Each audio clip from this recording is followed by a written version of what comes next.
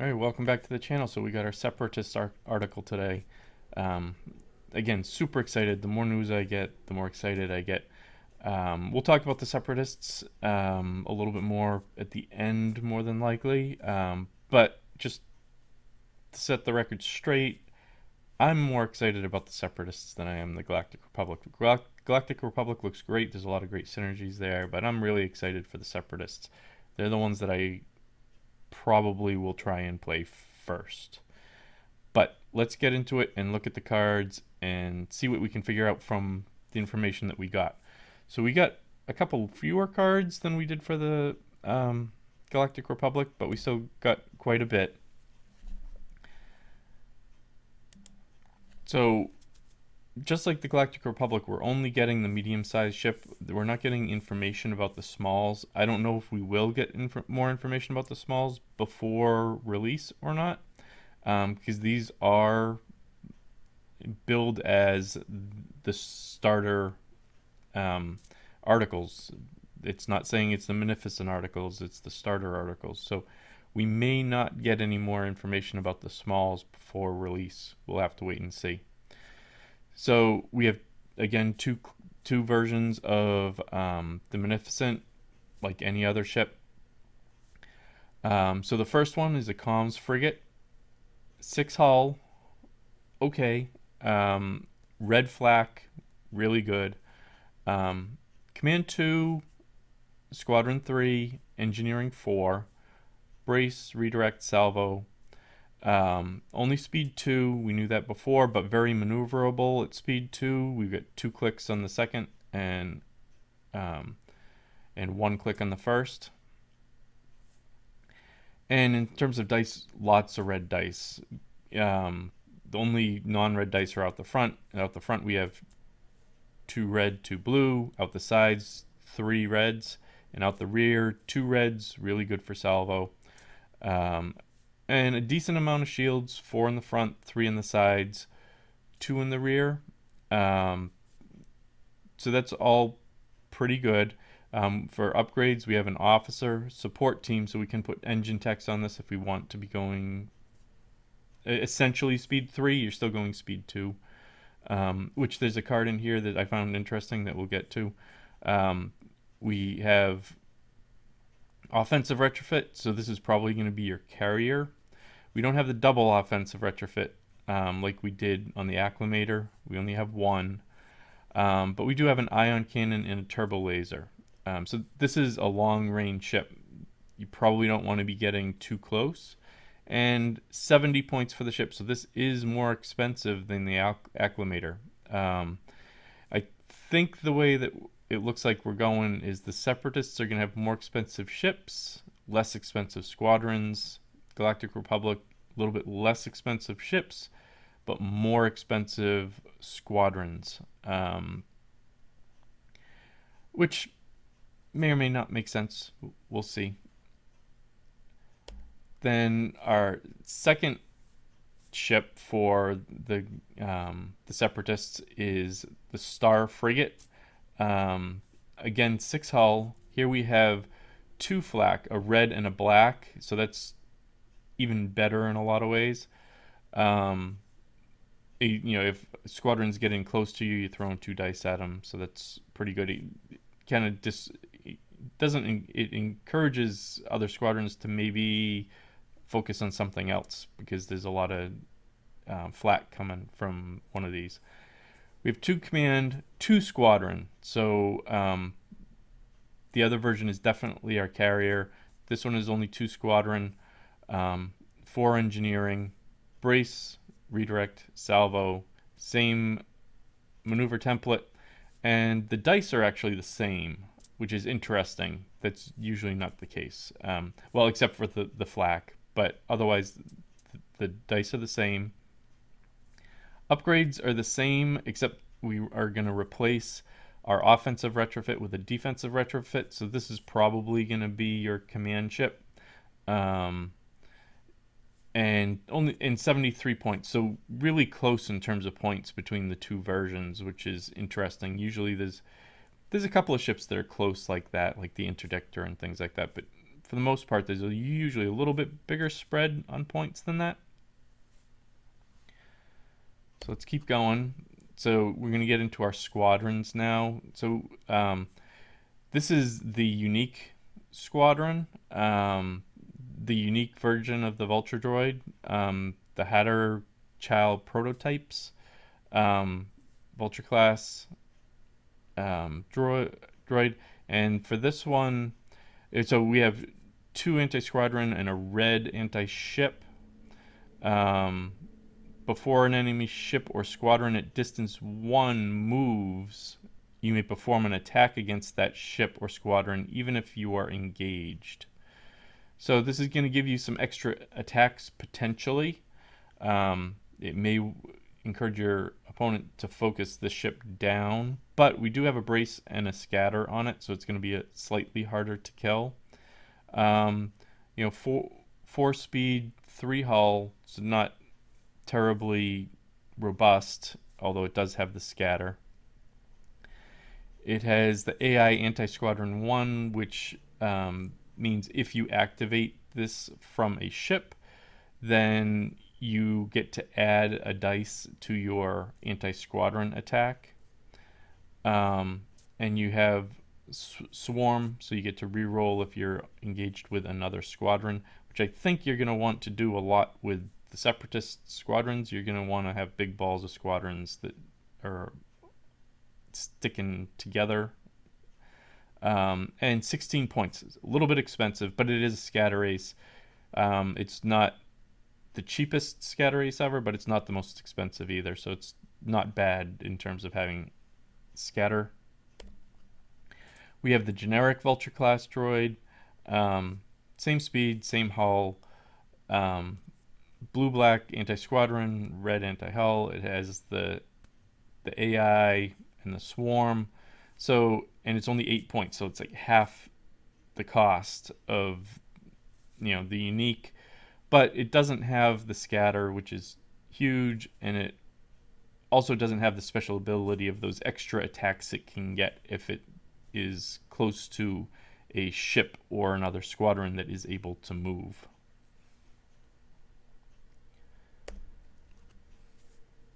Alright, so we have an upgrade here, Battle Droid Reserves. This is a support team. So if you wanted to take you wouldn't be able to take engine techs and this. This is that slot. It's droid only. You need to be able to do an engineering command. You may exhaust this card when you do engineering. If you do, flip any number of your face up damage cards with the crew trait face down. That could be potentially good. You get to, if you end up getting a couple of crew trait damage cards on you face up, you're going to be able to flip them face down. And also discarding face down damage cards costs 1 fewer engineering point. So instead of costing 3 points to discard a face down, you're going to be able to, it only costs 2, so you might be able to discard a couple of cards in a turn. So it's a really good in terms of the robustness of your ship and being able to keep it alive. It is an exhaust, and it does cost an engineering token to bring it back. So you're probably going to want to be, because you're going to want to run engineering with this, you're going to be running engineering commands. You're going to have to really think about how you're going to run this, because you also need an engineering token in order to be able to refresh this. It's going to make it potentially a little bit harder to refresh. You're going to have to think about how you're going to get that extra token on there for the refresh. Only 4 points though. I think it may be viable at 4 points. I don't necessarily think that the Munificents need engine techs to get the extra speed. I don't think that's what they're there for. I think they're so maneuverable at speed 2 and they want to be fighting at long range. I think this is definitely a candidate for that slot. It is Separatists only. So we have a commander now. We have Count Dooku. For Count Dooku, I don't think we've seen Count Dooku before. You must choose at least two types of command tokens for this card. At the start of each ship phase, you may discard one command token from this card. If you do, each ship gains a raid token matching that command. So you're going to put 3 tokens on here. It has to be at least 2 different ones. So you can't put 4 navigates on there or 4 engineerings. You have to split them up. You could do 3 different. You could do 2 and 1, however you want to do it. He has 30 points. I'm not too sure about Count Dooku. In the past, and things may change. We haven't seen in the new RRG yet. But in the past, raid has not been that great of a thing. 30 points is getting expensive for a commander, and you only get to do this 3 times. Doesn't seem like the strongest ability, strongest commander in the world to me. I could be completely off and wrong on this, but from what I've seen here, not terribly excited about Count Dooku. Now, this card, so this is an offensive retrofit. This looks great. Hyperwave signal boost. So during the squadron phase, so this is after all your ships have activated, and you're going to just be activating squadrons without a squadron command. And remember, all those vultures want a squadron command in order to get the extra dice. But let's read this card. So during the squadron phase, when it is your fleet's turn to activate squadrons, you may exhaust this card to choose a number of unactivated friendly squadrons at close to long range up to your squadron value. So that would be 3 if you're using that first version of the Munificent.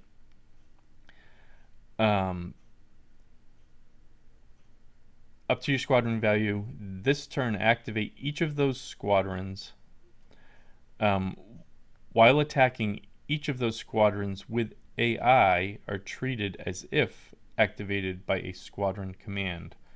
So that means all of those vulture droids, which all have AI, are going to be able to move and attack and get their extra dice.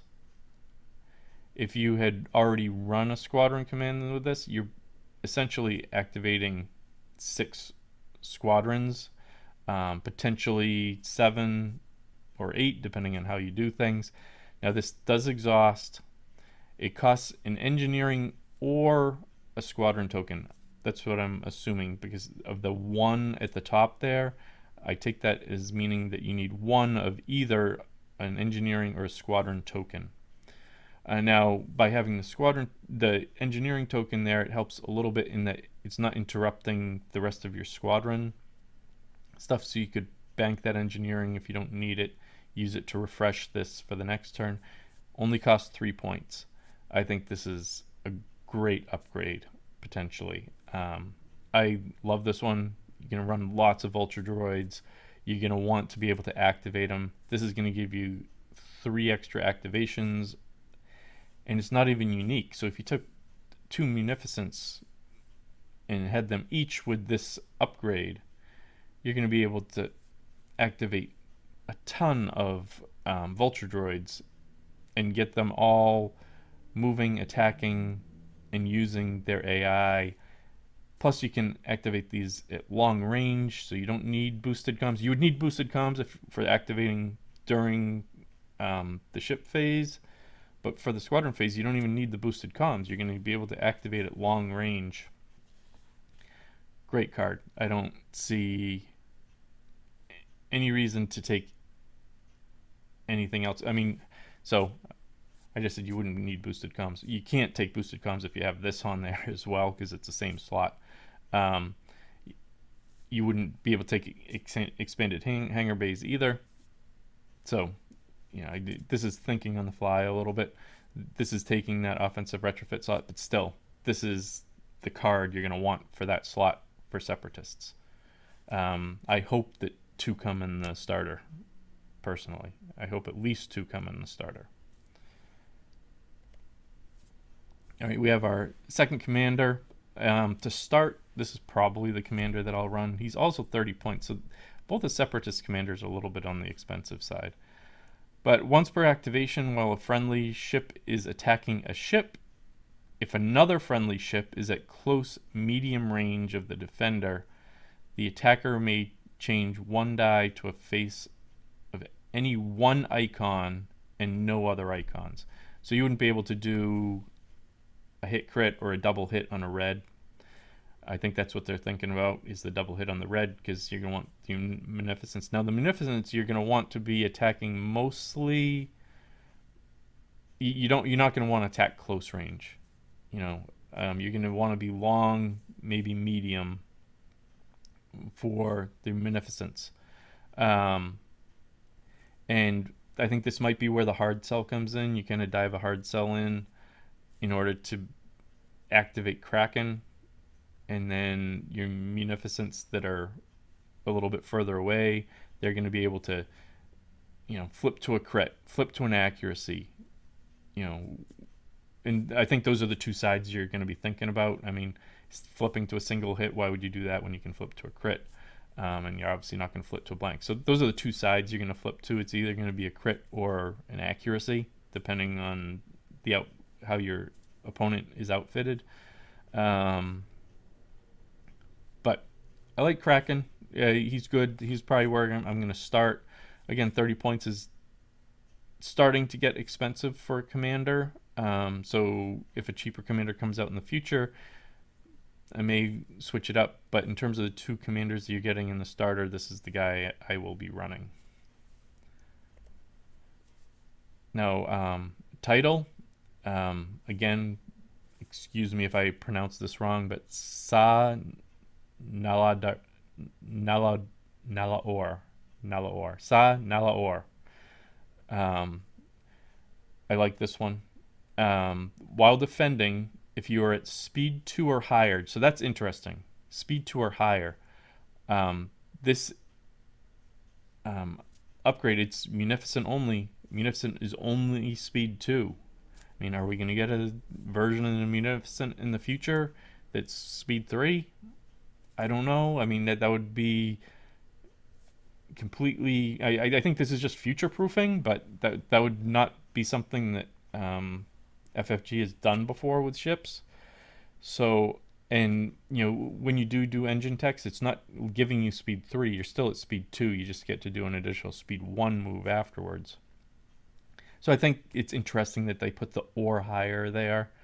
Again, I think it's just future-proofing. You may spend a defense token to resolve the evade defense effect instead of that token's effect. So you'll be able to spend a redirect or a salvo or the brace. I don't know if you would do the brace necessarily, unless it's a low amount of damage, then you might want the evade instead, maybe, to evade a double or something like that. Instead of that token's effect, you cannot resolve the evade defense token effect more than once per attack, which makes sense. So you're going to be able to do an evade at long range. Or it doesn't even have to be long range. You could do the medium range evade effect. I think this is a solid title. It is 5 points, so not a super cheap title. But again, it's another way to improve the defenses of your Munificence. Our other title, Tide of Progress, I think we've seen this before, but let's read through it. Before you are dealt a face-up damage card with the ship trait. So remember, we had the other card before that was the crew trait one. This one's a ship trait. So these are ways to block those crits from coming through. Or block the crit card from being face up.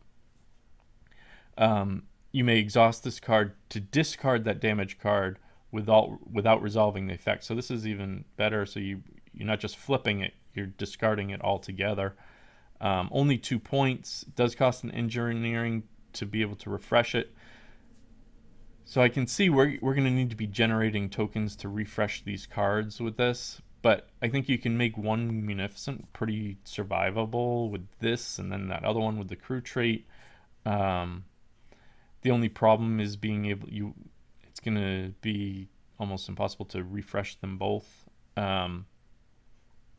But I mean, this one's only 2 points. That's pretty good. Now it's not going to help on every single face-up damage. It's only going to be ship trait ones. So if you get unlucky and you don't see any ship trait ones, it's going to be a little bit of a waste. But if you combine this with that crew trait one, you're hitting a substantial number of damage cards that you're going to be able to block the crit effect, and in this case block that damage altogether. And then we have Wat Tambor. So he's an officer, and again he's going to help you with your survivability. So there's a lot of things in here that are going to help the survivability of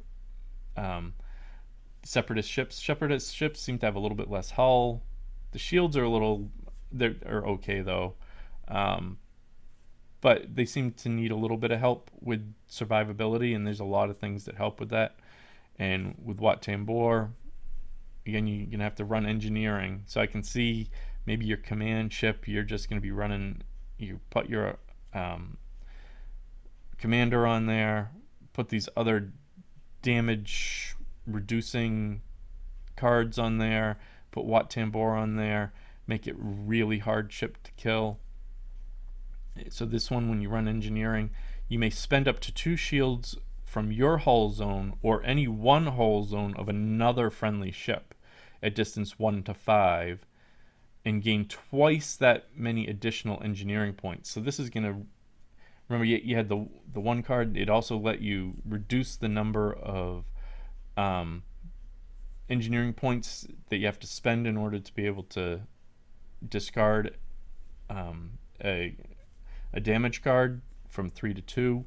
For this, if I have another ship that is within range 5, I can have it take 2 shields away from one of its hull zones. That means, and I get 4 additional engineering points.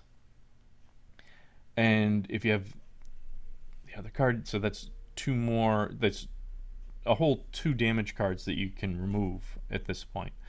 So I think you can make one really survivable Munificent class ship, probably your command ship, which I think is really interesting. I'm excited to try and fly. I am going to get 2 starters, so I think I will be flying one of each version, one really defensive command ship, and another carrier-based ship that is going to be trying to activate as many squadrons as it possibly can. So that was it. That's what we got today for the Separatists. I'm really excited. Now, last week, I think a lot of us expected we might get more articles in a week. We didn't. We only got the one. Based on that, maybe we don't get another article this week. Maybe this is it. I do expect we'll probably get a Squadron article. It might be a combined Squadron article for both packs. And I do expect some article referencing the RRG. That might wait until release week, which is unfortunate. That's the one that I'm most excited about, to see what changes we can expect for the game as a whole for all 4 factions. But this is great. Again, I'm excited to play Separatists. So in the comments below, what are you more excited to play? Separatists, Galactic Republic? You're not going to get either. You're going to stick with Empire or Rebels.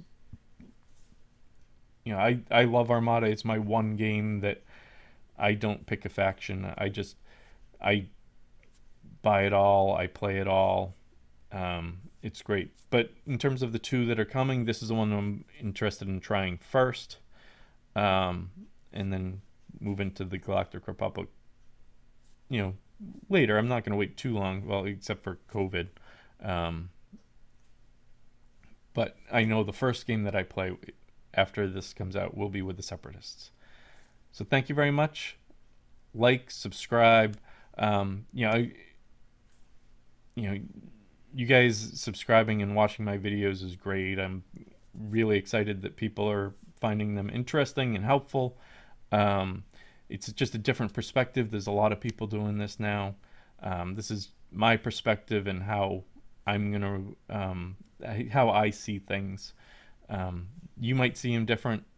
Other people that are analyzing this might see it different, but that's all great. Um, you know, we might all be right. We might all be wrong. One might be right. One might be wrong. Doesn't matter. It's all about the fun and getting through 2020 and hopefully ending 2020 on a good note, and 2021 hopefully at some point, maybe in the spring, we get back to playing tournaments in stores and things like that, which would be fantastic. Thank you very much, and we'll see you next time.